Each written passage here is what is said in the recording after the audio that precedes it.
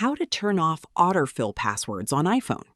In this tutorial, I'll show you how to turn off password autofill. First, open the Settings app on your iPhone. Scroll down and tap Passwords.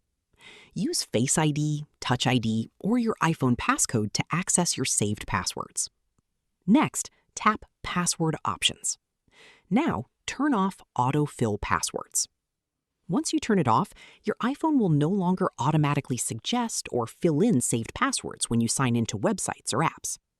If you also use a password manager, such as Google Password Manager or another third-party service, check the options listed under Allow Filling From and disable any password manager you don't want to use.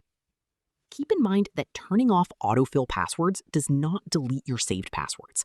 Your existing passwords will remain saved until you manually delete them. And that's it. You've successfully turned off password autofill on your iPhone. Thanks for watching. If this tutorial helped, don't forget to like the video, subscribe, and check out more helpful iPhone tips and tutorials.